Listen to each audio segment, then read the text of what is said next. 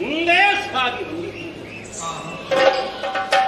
ಭೂಮಿಯಲ್ಲಿ ಬಿದ್ದಿರುವಂತಹ ಹೆಣಗಳ ರಾಶಿ ಏರಿ ಇಳಿದು ಮುಂದೆ ಬಂದರೆ ಕುರುಕ್ಷೇತ್ರ ದಾರುಣ ದೃಶ್ಯಗಳು ನನಗೆ ಕಾಣಿಸುತ್ತದೆ. ಯಾಕೆ ಹೀಗಾಗಿ ಮತ್ತೆ ನೀನು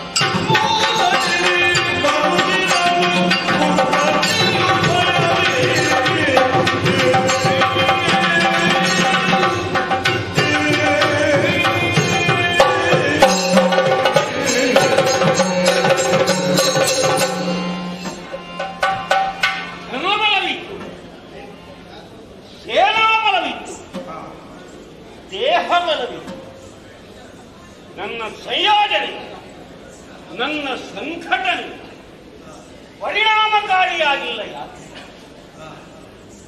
ದೇವರ ದೈವಾನುಗ್ರಹ ವಂಚಿತನಾದುದರಿಂದಲೇ ಇದೆಲ್ಲ ಒಳ್ಳೆಯ ಫಲವನ್ನು ನನಗೆ ಕೊಡಲಿಲ್ಲ. ಶಲ್ಯನ ಮರಣಾನಂತರ ಸೇನಾಪತಿತ್ವವನ್ನು ನಾನೇ ಒಪ್ಪಿಕೊಂಡು ನನ್ನ ಕಣ್ಣೀರಿಂದಲೇ ಅಭಿಷೇಕ ಮಾಡಿದ. ಮುಂದರಿದ ನಾನಾ ರಸಪ್ರತಿಪಾದ್ಯವಾದ ಈ ಯುದ್ಧ ಭೂಮಿ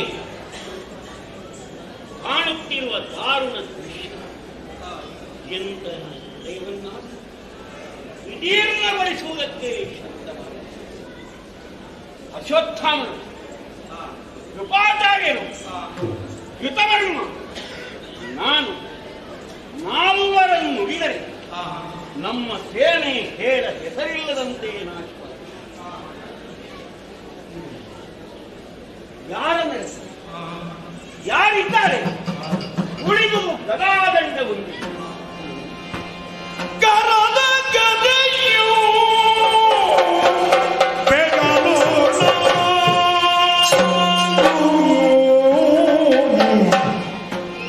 ಕರದ ಗದೆಯು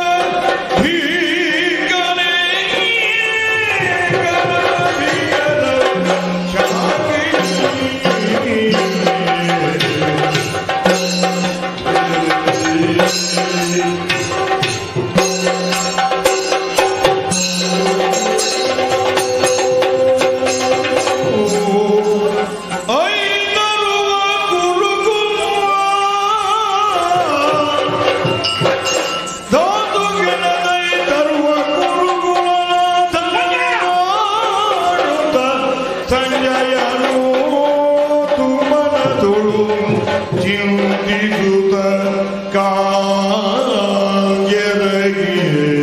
ಬೆಸಗೋದ ಕೊಡವಿ ಪಾಲಕ ಭಾಗ್ಯದಾಯಕ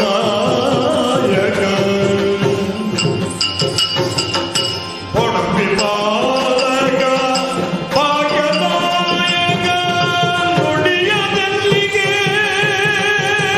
ನಡೆವೆ ನುಡಿಯದಲ್ಲಿಗೆ ನಡೆವೆ ಮೆಲ್ಲನೆ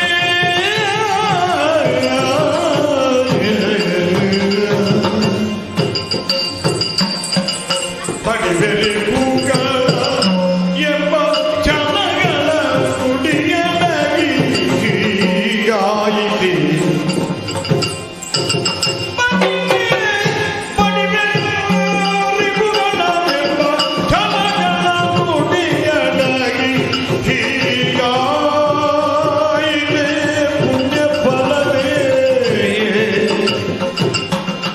ಪೊಡವಿ ಪಾಲಕ ಭಾಗ್ಯದಾಯಕ ನುಡಿಯಲ್ಲಿಗೆ ನಡೆವೆ ಎಲ್ಲಿಗೆ ನಡೆವೆ ಗೌರವೇಶ್ವರ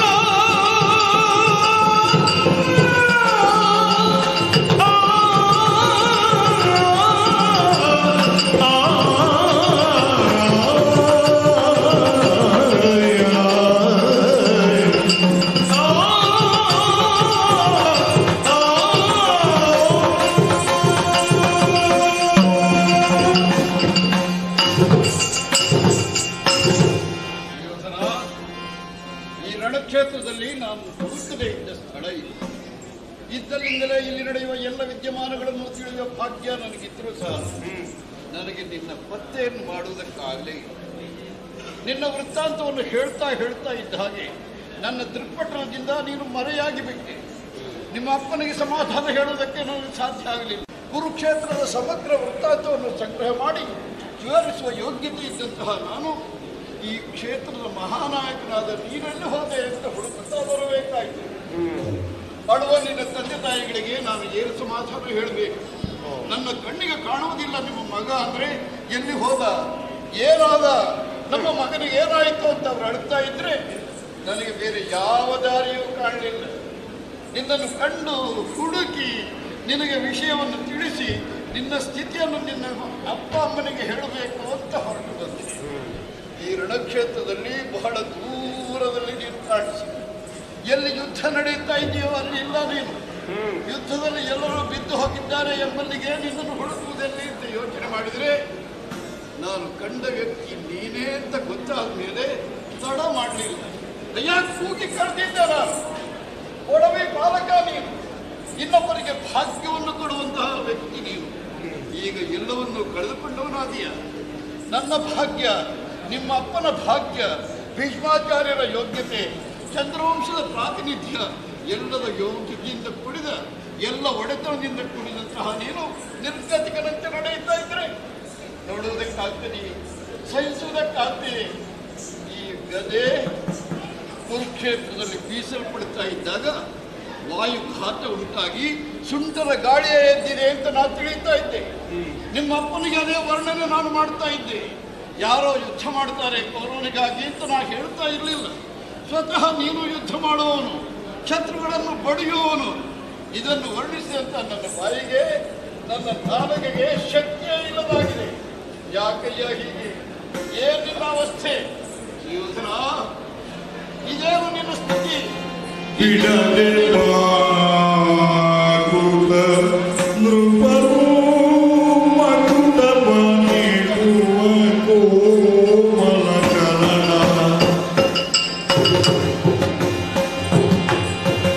ಗೌರವ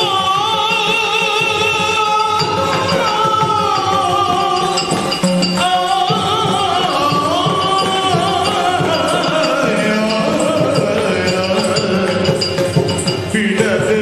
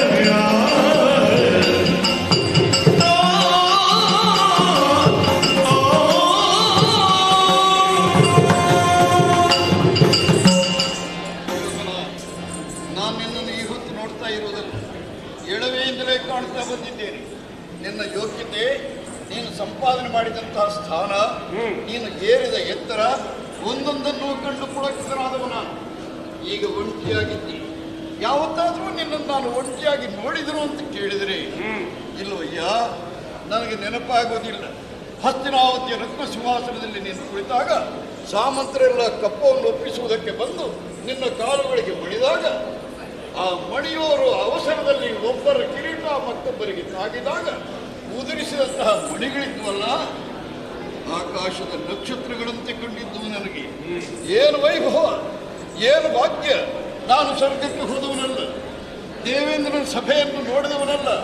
ಆದರೆ ಹೇಳ್ತೀನಿ, ನಿನ್ನ ಸಭೆ ಹಾಗಿತ್ತು, ನಿನ್ನ ವೈಭವ ಹಾಗಿತ್ತು.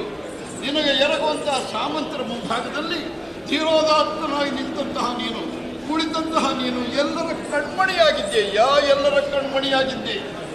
ಇದೇ ದುರವಸ್ಥೆ ನನಗೆ. ಹೇಗಿದ್ದವನು ಹೇಗಾದಿಯೋ ಸುಯೋಧನ, ಅಂದು ಬಂದವರಿಗೆಲ್ಲ ಬೇಕಾದ್ದನ್ನು ಬಾಚಿ ಕೊಡ್ತಾ ಇದ್ದಂತ ನೀನು ಇಂದು ಒಂಟಿಯಾಗಿದ್ದಿ, ನಿರ್ಗತಿಕರೋ ಎಂಬಂತೆ ನಡೆಯುತ್ತಾ ಇದ್ದಿ. ಯಾಕೆ ಹೀಗೆ? ಇದನ್ನು ಯಾರಾದರೂ ಬಯಸಿದ್ರೆ, ನಾನು ಬಯಸಿದ್ರೆ, ನಿಮ್ಮ ಅಪ್ಪ ಬಯಸಿದ್ದೀನಿ, ಕಣ್ಣುಗಳಿಗೆ ಬಟ್ಟೆಯನ್ನು ಕಟ್ಟಿಕೊಂಡು ಪ್ರಪಂಚವನ್ನು ನೋಡುವುದಿಲ್ಲ ಅಂತಿರುವಂತ ನಿನ್ನ ತಾಯಿ ಇದ್ದಾಳಲ್ಲ, ಇಂಥ ಭಾಗ್ಯಕ್ಕಾಗಿಯೇ ನಿನ್ನನ್ನು ಪಡೆದಳೆ. ಯಾರು ಇದಕ್ಕೆ ಕಾರಣ ಅಲ್ಲ. ಈ ನಿನ್ನ ಸ್ಥಿತಿಗೆ ಕಾರಣ ಹುಡುಕಿ ಹೊರಟಾಗ ನನಗೆ ಸಿಗುವುದು ಬೇರೆ ಯಾವ ವಿವರಣೆಯೂ ಅಲ್ಲ. ಇದು ನಿನ್ನಿಂದಲೇ ಆಗಿದೆ.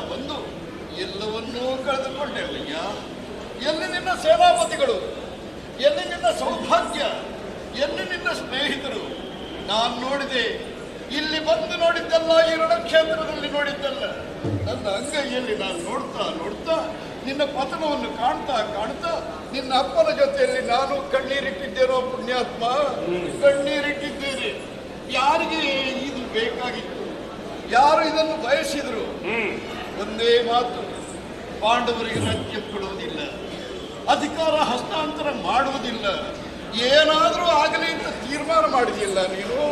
ಅದರ ಫಲಾನುಭವ ಇದು. ಸತ್ಯ ಹೇಳ್ತೇನೆ, ನಿಮ್ಮ ಅಪ್ಪನಿಗೆ ಬಹಳ ಕೆಟ್ಟ ಬುದ್ಧಿ ಇತ್ತು, ನನಗೆ ಗೊತ್ತುಂಟು. ಆದರೆ ಇಷ್ಟು ಕೆಟ್ಟ ಬುದ್ಧಿ, ಇಷ್ಟು ಕೆಟ್ಟ ಫಲ ಅವ ಖಂಡಿತ ನಿರೀಕ್ಷೆ ಮಾಡಲಿಲ್ಲ. ಏನು ಮಾಡಿದ್ರು ನನ್ನ ಮಗ ಏನೋ ಮಾಡ್ತಾನೆ ಅಂತ ಗ್ರಹಿಸಿದ. ಈಗ ಏನಾಗಿ ಹೋಗಿದೆ ಹೇಳು, ಈ ಕುರುಕ್ಷೇತ್ರದಲ್ಲಿ ಎಲ್ಲರನ್ನೂ ಕಳೆದುಕೊಂಡಿದ್ದೀನಿ ನೀನು. ನಿನ್ನ ಈ ಎಲ್ಲರನ್ನೂ ಕಳೆದುಕೊಂಡ ಒಂಟಿತನ ಇದೆಯಲ್ಲ, ಇದು ಯಾರ ಭಾಗ್ಯದ ಫಲ ಅಂತ ಕೇಳಿದ್ರೆ ನಿನ್ನ ಅಕ್ರಮದ ಫಲವೂ ಅಲ್ಲ, ನಿನ್ನ ಹಠಮಾರಿತನದ ಫಲವೂ ಅಲ್ಲ. ಸುಯೋಧನ, ನಿನ್ನ ನೆರಳಲ್ಲಿ ಬದುಕುತ್ತಾ ಇದ್ದಂತಹ ನಮ್ಮ ದುಷ್ಕರ್ಮ ಇದು. ನಾವು ಮಂದಭಾಗ್ಯರು ಮಹಾರಾಯ, ಮಂದಭಾಗ್ಯರು. ಆದರೆ ಸಂಜಯ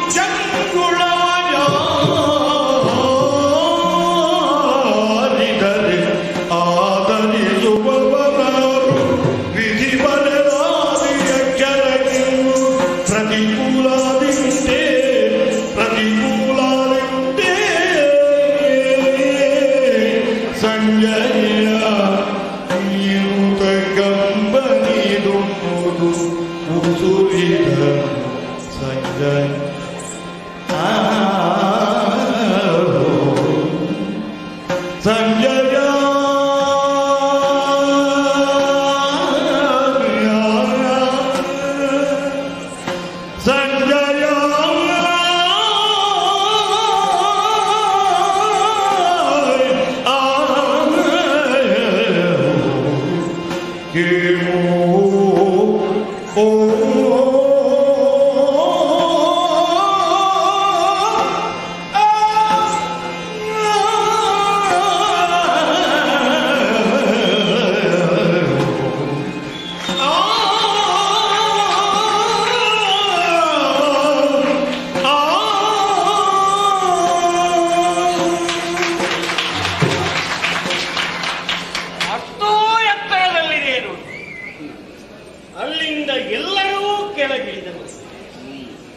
ಸಂಜಯ, ಪ್ರಭುವೇ, ಒಬ್ಬೊಬ್ಬನೂ ಶಾಪಗ್ರಸ್ತನಾಗಿ ಚಂದ್ರಕುಳದಲ್ಲಿ ಹುಟ್ಟಿರುವುದರಿಂದ ನಮ್ಮ ಸುಕೃತದ ವಿಶಾಲವಾದವನು ಅವರ ಪಾಪದ ಬೆಂಕಿಯಿಂದಲೇ ಶ್ರೀರು. ಜಯಾಂಗನೆಯಲ್ಲೋಕೆ ಹಿರಿಯಾಣ ಆಕೆ ಜಾರಿ ಜಾರಿ ಜಾರಿ ಆ ಕಡೆಗೆ ವಿಧಿ ವಿಧಿ ಕೇವಲ ಕಾಣದಿರುವ ವಿಧಿಯ ಮೇಲೆ ಎಲ್ಲವನ್ನು ಹೊರಿಸ್ತಾನೆ ಎಂದು ತಿಳಿಯಲು ಮತ್ತೇನಿದು? ವಿಧಿ ಬರೆದಾಗಿ ಎಕ್ಕರಕ್ಕೆ ಪ್ರತಿಕೂಲಾದಿ ಹೃದಯಾಳುವಾದ ನೀನು ಕಣ್ಣುಗಳಿಂದ ನೀರಿಳಿಸುತ್ತ ನನ್ನ ಈ ಸ್ಥಿತಿಗಾಗಿ ಮರುಗುತ್ತೇನೆ. ಸಂಜಯ, ನನ್ನಲ್ಲಿ ಮತಿಮಾಂದ್ಯವನ್ನು ಇಲ್ಲ ಇಲ್ಲ ಎಲ್ಲವೋ ಸಂಜಯ, ಎಲ್ಲವೋ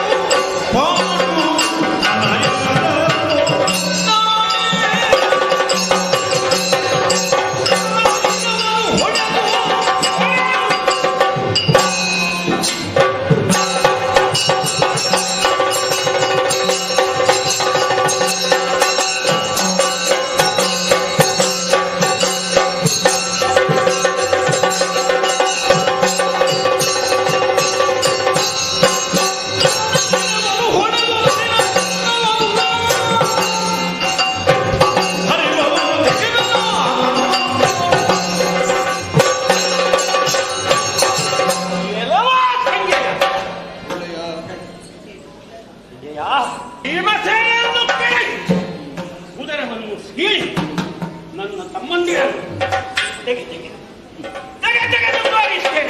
ಹಾಗಾದ್ರೆ ನಿನ್ನ ಕಣ್ಣೀರು ಅರ್ಥಹೀನ ಅಲ್ಲ. ಮಿಕ್ಕ ಭಟರನ್ನು ಮಾಡಿ ಗೌತರವಾಗಿ ಹಿಡಿಯಲೇ ಇದ್ದರೆ ಗಾಂಧಾರಿ ನಂದನ ಅದಕ್ಕೆ ದಾರಿ ಇದೆ. ಏನಿದೆ? ಒಂದು ಇಲ್ಲಿಗೆ ಬರಲಿದೆ ಬರಬಹುದು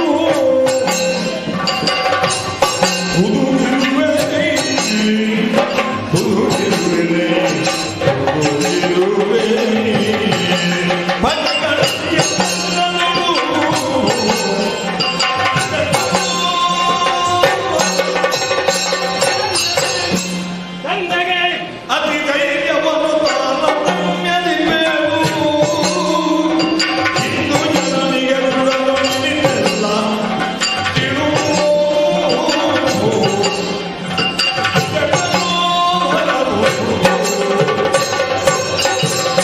ಬಳಿಯಲ್ಲಿ ವೈಶಂಪಾಯನ ಸರೋವರ ಹಾಗೆಗಳು ತಿಳಿಯದಂತೆ ಅಲ್ಲಿ ಅಡಗಿದ್ದೇನೆ. ಭೀಷ್ಮರಿಂದ ಜಲಸ್ತಂಭ ವಿದ್ಯೆಯನ್ನು ತಿಳಿದಿದ್ದೇನೆ. ಪೂರ್ಜಾಂಗುಲದವರೆಗೆ ಬಲದೇವ ಬಂದಿರುವಂತೆ ಆತನ ಸಹಾಯ ಅದಕ್ಕಾಗಿಯೇ ಕಾಲಯಾಪನೆ ಮಾಡ್ತೇನೆ. ಅದಕ್ಕಾಗಿಯೇ ನೀನು ರಣಕ್ಷೇತ್ರದಿಂದ ಇಲ್ಲಿವರೆಗೆ ಬಂದು ಅಲ್ಲಿಗೆ ಸಾಗುವ ತೀರ್ಮಾನ ಮಾಡಿದ. ಸಂಜಯ, ಏನು ತಂದೆಗೆ ಧೈರ್ಯ ಏನು ಹೇಳಲಿ ಆ ವೃದ್ಧರಿಗೆ? ತಾರಕ. ನನಗಾಗಿ ಹೇಳುತ್ತಿದ್ದಾರೆ, ನಿನ್ನನ್ನು ನೋಡುವ ಆಸೆಯಿಂದ ಇದ್ದಾರೆ. ನನ್ನ ಈ ಸ್ಥಿತಿಯನ್ನು ಅವರು ತಿಳಿದರೆ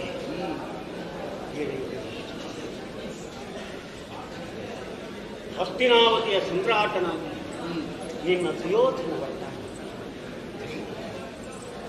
ನಾನು ತಾರತಮ್ಯ ಜ್ಞಾನವುಳ್ಳ ನಿನಗೆ ಯಾರಲ್ಲಿ ಹೇಗೆ ಹೇಳಬೇಕೆಂದು ನಾನು ವಿವರಿಸಬೇಕಾಗಿದೆ.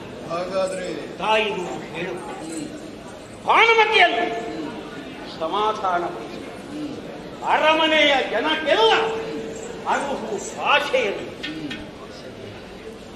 ನಿನ್ನ ತಿಳಿಯಲಿ ಸಭೆಯಿಂದ ದೂಡಿಗೆಯಲ್ಲಿ ನನ್ನನ್ನು ಕ್ಷಮಿಸು ಸಖೆಯ. ನನ್ನ ವ್ಯಕ್ತಿತ್ವ ಇಲ್ಲಿ ಏನು ಅಲ್ಲ. ನಾನು ನಿಮ್ಮ ಮನೆಯ ಸೇವಕ, ದೊಡ್ಡ ಗುರುವಿನ ಸಣ್ಣ ಶಿಷ್ಯ. ನನಗಷ್ಟು ಮಾತ್ರ ಸಾಕು, ಆ ಪ್ರಶಸ್ತಿ ಎಷ್ಟು ಸಾಕು. ಆದರೆ ಒಂದು, ನೀನು ಬರುವವರೆಗೆ ಕಾಯುವುದು, ನಿನ್ನ ಅಪ್ಪನಿಗೆ ಅಮ್ಮನಿಗೆ ಆಶಾವಾದವನ್ನು ಉಂಟು ಮಾಡುವುದು ಮಾಡಿದರೆ ಅದು ಫಲಿಸ್ತದೆ ಅಂತೀಯ. ಏನು ಬದುಕಿ ಉಳಿದರೆ ಹೀಗೆ ಕಾಣ್ತೀನಿ. ನಾನು ಜೀವಂತನಿರುವವರೆಗೆ ಅಧಿಕಾರ ಹಸ್ತಾಂತರ ಆಗುವುದು.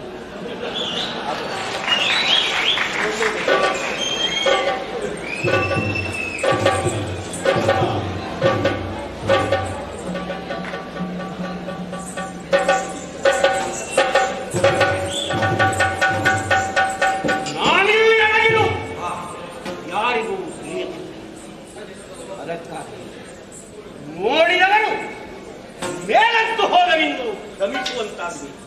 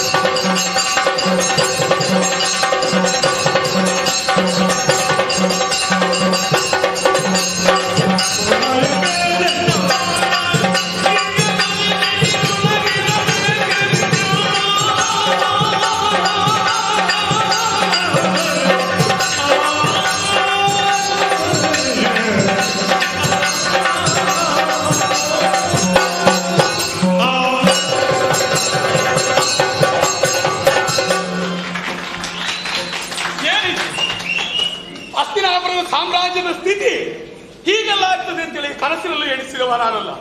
ದೈಪಾಯನ ಸರೋವರದ ಬಳಿಗೆ ಬಂದೆ. ಅಶ್ವತ್ಥಾಮ ಯಾಕೆ ಬಂದಿದ್ದಾನೆ ಎಂಬುದು ಯಾರಿಗೂ ಗೊತ್ತಾಗಲಿಲ್ಲ. ಗುಟ್ಟಿನಲ್ಲಿಯೇ ಬಂದಿದ್ದೇನೆ. ನಾನು ಕೇಳಿದ ವಿಷಯ ಇದು ಸತ್ಯ ಅಂತ ಹೇಳಿ ತಿಳಿದುಕೊಳ್ಳುವುದಕ್ಕೆ ಬೇಕಾಗಿ ದೈಪಾಯನ ಸರೋವರದಲ್ಲಿ ಅಡಗಿರುವಂತಹ ಕೌರವನ ಬಗ್ಗೆ ಮಾತಾಡಬೇಕು. ವೀರಯೋಧನಂತಹ ಕೌರವೇಶ್ವರ, ಪರಾಕ್ರಮಿಯಾದಂತಹ ಕೌರವೇಶ್ವರ, ಗಂಡು ಗಲಿಯನ್ನೆನಿಸಿಕೊಂಡಂತಹ ಕೌರವೇಶ್ವರ ನೀರಿನಲ್ಲಿ ಅಡಗಿ ಕುಳಿತಿದ್ದಾನೆ. ಉಪ ಏನಿತು ಕೌರವೇಶ್ವರ, ನಿನ್ನ ಬಗ್ಗೆ ತಿಳಿದದ್ದು ಅಪಾರವಾದ ಪರಾಕ್ರಮಿಯು ಗಂಡುಗಲಿಯಾದಂತಹ ನೀನು ಈ ರೀತಿಯಾಗಿ ನೀರಿನಲ್ಲಿ ಅಡಗಿ ಕೂತುಕೊಳ್ಳುವುದರಲ್ಲಿ ಅರ್ಥ ಇಲ್ಲ. ನಿನ್ನ ಬಗ್ಗೆ ಅಪಾರವಾದಂತಹ ಅಭಿಮಾನವನ್ನು ಇಟ್ಟುಕೊಂಡವರು ನಾವು. ನಿನ್ನ ವ್ಯಕ್ತಿತ್ವವನ್ನು ಬೇಕಾದಷ್ಟು ತಿಳಿದುಕೊಂಡವರು ನಾವು. ನಿನ್ನ ಸೇವಕರಾಗಿ ದಿನ ಕಳೆದವರು ನಾವು. ಆದ್ದರಿಂದ ಹೇಳ್ತಾ ಇದ್ದೇನೆ, ನೀರಿನಿಂದ ಮೇಲೆದ್ದು ಬಾರಯ್ಯ, ನೀರಿನಿಂದ ಮೇಲೆದ್ದು ಬಾರಯ್ಯ. ಕದನ ಕಲಿಗ ನೀವು ಜನ ಕಲಿಗೆ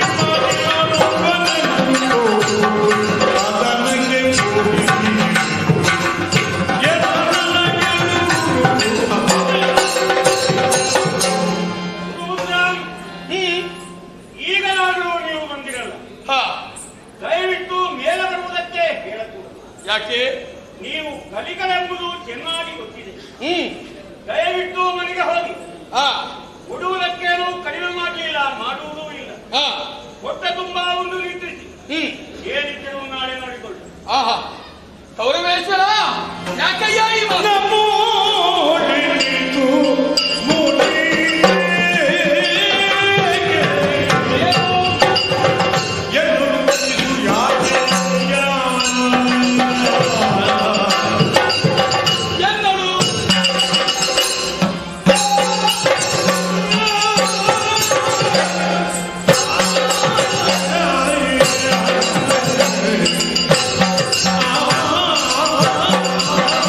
Oh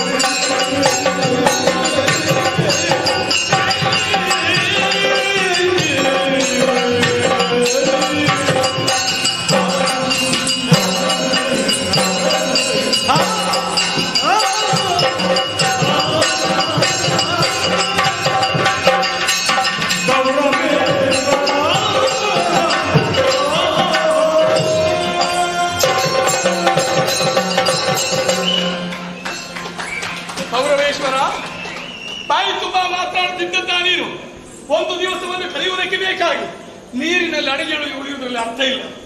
ಈ ಹೊತ್ತು ನಿನ್ನ ಬಳಿಗೆ ಬರುವುದಕ್ಕೂ ಕಾರಣ ಇದೆ. ನನಗೆ ಸೇನಾಧಿಪತಿ ಪದವಿಯನ್ನು ಕೊಟ್ಟು ನೋಡು. ನಿನ್ನನ್ನು ಉಳಿಸುವುದಕ್ಕೆ ಬೇಕಾಗಿ, ಹಸ್ತಿನಾಪುರದ ಸಾಮ್ರಾಜ್ಯವನ್ನು ಉಳಿಸುವುದಕ್ಕೆ ಬೇಕಾಗಿ ಕಂಕಣಬದ್ಧನಾಗಿ ಬಂದಿದ್ದೇನೆ ನಾನು. ಈ ಹೊತ್ತು ನನ್ನಲ್ಲಿ ಯಾಕಪ್ಪ ಮುನಿಸು. ಸಂತೋಷದಿಂದ ಅಧಿಕಾರವನ್ನು ಕೊಟ್ಟದ್ದು ಸರಿಯಾದ್ರೆ ನಿನ್ನ ಸಾಮ್ರಾಜ್ಯವನ್ನು ಉಳಿಸಿಕೊಳ್ಳುವಲ್ಲಿ ನಾನಿದ್ದೇನೆ. ಸೌಬಲನೆಯನ್ನು ತಾಳವರಲು ಚಪ್ಪಲಗಿದಾಗ ನೀವೇನು ಮಾಡಿದಿರಿ ಎಂದು ಚೆನ್ನಾಗಿ ನನಗೆ ಗೊತ್ತಿದೆ. ನಿಮಗೆಲ್ಲ ಅಧಿಕಾರ ದಾಹ ಒಂದೇ. ಎಲ್ಲ ನಾವು ಮಾಡಬೇಕು, ಎಲ್ಲ ನಮ್ಮಿಂದ ಆಯ್ತು ಅಂತ ಉಳಿದವರು ಹೇಳಿದ್ರು. ಏನು ಆದ್ದರಿಂದ ನನ್ನನ್ನು ಮಾತನಾಡಿಸಬೇಕು. ನಾನು ಭೀಷ್ಮರನ್ನು ನಂಬಿದೆ, ದ್ರೋಣರನ್ನು ನಂಬಿದೆ, ಎಲ್ಲರನ್ನೂ ನಂಬಿದೆ. ನಿಮ್ಮಂತವರನ್ನು ನಂಬಿದವ ಮುಳುಗುವುದಕ್ಕಲ್ಲದೆ ಕೇಳುವುದಕ್ಕೂ ಇರ್ತಾರೆ. ಮನೆ ಮಾತಾಡಬೇಡಿ, ದಯವಿಟ್ಟು ಹಟ್ಟೋಗಿ.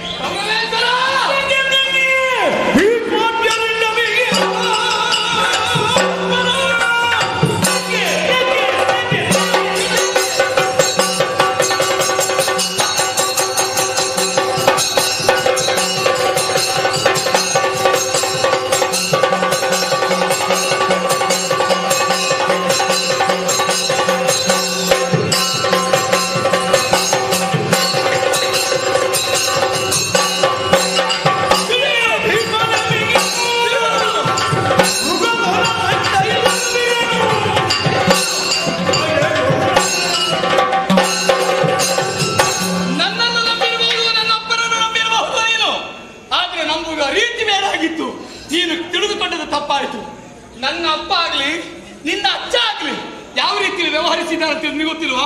ಕರ್ಣನ ಮಾತನ್ನು ಕೇಳಿದಂತ ಅವರು 10,000 ಮಂದಿ ಮಕರವರ್ತರ ಶಿರಸ್ಸನ್ನು ಛೇದಿಸ್ತೇನೆ ಅಂತ ಹೇಳಿದ್ರು. 10,000 ಮಂದಿ ಮಕರವರ್ತರ ಶಿರಸ್ಸು ಬೇಕಿತ್ತ ನಿನಗೆ? ಪಾಂಡವರೊಬ್ಬರ ತಲೆ ಕಡಿಯುತ್ತೇನೆ ಅಂತೇಳಿ ನಿನ್ನ ಅಜ್ಜ ಸಿದ್ಧ ಹಾಕಿದ್ದಾರ, ನಿನ್ನವರೇ ನಿನಗೆ ಕೈಗೊಂಡಿದ್ದಾರೆ. ಆದ್ರೆ ನಿನ್ನ ಒಪ್ಪಂದವನ್ನು ತಿನ್ನಂತ ನನ್ನ ಅಪ್ಪ ನಿನ್ನ ಸೇವೆಯನ್ನು ಮಾಡ್ತಾ ಇದ್ರು. ಅವರ ಕಾಲ ಕಳೆದೂ ಇಲ್ಲ. ನನ್ನ ಅಪ್ಪನ ಅಪ್ಪಕ್ಕೆ ಶಾಂತಿ ಸಿಗಬೇಕಾದ್ರೆ ಹಸ್ತಿನಾಪುರದ ಸಾಮ್ರಾಜ್ಯದ ದೊರೆಯಾಗಿ ನೀನು ಮೆರೆಯಬೇಕೆಂಬ ಹಂಬಲ ಮಾತ್ರ. ಅದಕ್ಕೆ ಬೇಕಾಗಿ ಹೇಳ್ತಾ ಇದ್ದೇನೆ.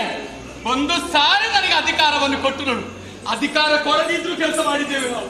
ಅಧಿಕಾರ ಕೊಡುವುದಕ್ಕಿಂತ ಮೊದಲು ಕೆಲಸ ಮಾಡಲಿಲ್ವ? ಯಾರೇ ಹೇಳಿತು? ನೀನು ತಿಳಿದುಕೊಂಡದ್ದು ತಪ್ಪು. ಅಧಿಕಾರ ಇಲ್ಲದ ಕೆಲಸ ಮಾಡುವವ ನಿಸ್ವಾರ್ಥ, ಸ್ವಾರ್ಥ ಇಲ್ಲದ ಕೆಲಸ ಮಾಡುವ ಅವ ಸೇವೆಗಾಗಿ ಎಷ್ಟು ಕೊಡ್ತಾನೆ ಅಂತೇಳಿ ಲೆಕ್ಕ ಮಾಡಿಕೊಂಡು ಲೆಕ್ಕಾಚಾರದಿಂದ ವ್ಯವಹಾರ ಮಾಡುವುದಲ್ಲ. ಆತ್ಮೀಯತೆ ನಂತರದಿಂದ ಬರುವಂತಹ ಸೇವೆ, ಆ ಸೇವೆಗಿರುವಂತಹ ಮಾನ್ಯತೆ ಅದು ಜೀವನದಲ್ಲಿ ಯಾರಿಗೆ ಸಿಗುವುದಕ್ಕೂ ಸಾಧ್ಯ ಇಲ್ಲ. ಗೌರವ ಒಂದು ನೆನಪಿಟ್ಟುಕೋ. ಅಧಿಕಾರಕ್ಕೆ ಬೇಕಾಗಲ್ಲ. ಅಂದು ನನ್ನ ಅಪ್ಪ ಸತ್ತಂತಹ ಹೊತ್ತಿನಲ್ಲಿ ನಿಮ್ಮನ್ನೆಲ್ಲ ಉಳಿಸುವುದಕ್ಕೆ ಬೇಕಾಗಿ ನಾನು ಒಂದು ಅಸ್ತ್ರವನ್ನು ಪ್ರಯೋಗ ಮಾಡಿದ್ದೇನೆ, ನೆನಪುಂಟವರಿಗೆ? ಆ ಹೊತ್ತಿನಲ್ಲಿ ಕೃಷ್ಣ ಕಪಟವನ್ನು ಆಡಿದ. ಕೃಷ್ಣನ ಕಪಟದಿಂದಾಗಿ ಅವನ ಭಕ್ತಿಗೆ ಬ್ರಹ್ಮಾಸ್ತ್ರ ಶರಣಾಯಿತು. ಆ ಹೊತ್ತಿನಲ್ಲಿ ಎಲ್ಲಿಯಾದ್ರೂ ಕೈ ಮುಗಿಯದಿರ್ತಿದ್ರೆ ಸರ್ವನಾಶ ಆಗಿತ್ತು. ಮತ್ತೆ ದುಡಿಮೆಯಲ್ಲಿ ನನ್ನನ್ನು ನೀನು ಲೆಕ್ಕ ಹಾಕ್ಬೇಡ. ಅಧಿಕಾರ ಇಲ್ಲದಿದ್ರೆ ನಾವು ಮಾಡಿದ್ದು ಯಾವುದು ಲೆಕ್ಕಕ್ಕೆ ಸಿಗುವುದಿಲ್ಲ. ಆದ್ದರಿಂದ ಅಧಿಕಾರ ಕೊಡು ಅಂತ ಕೇಳುತ್ತೆ. ಅಧಿಕಾರ ಸಿಕ್ಕಾಗ ನಿನ್ನನ್ನು ಉಳಿಸುವುದಕ್ಕೆ ಬೇಕಾಗಿ ನಾವು ಏನು ಮಾಡ್ತೇವೆ ಅಂತ ಆಮೇಲೆ ನೋಡು ನೀನು.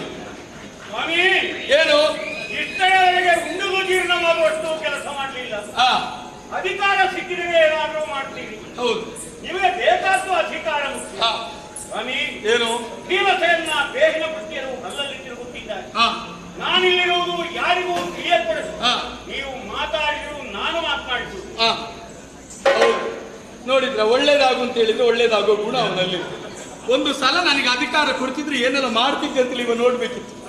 ಮತ್ತೆ ಇವನನ್ನು ಅಲ್ಲಿಂದ ನೀರಿನಿಂದ ತರುವುದಲ್ಲ, ಅವನನ್ನು ಸ್ವರ್ಗದ ಅಧಿಕಾರವನ್ನೇ ತೋರಿಸಿ ಹಸ್ತಿನಾಪುರ ಸಾಮ್ರಾಜ್ಯವನ್ನು ಸ್ವರ್ಗ ಆಗಲಿ ಕಂಗೊಳಿಸುವಾಗಿ ಮಾಡ್ತಾ ಇದ್ದೆ.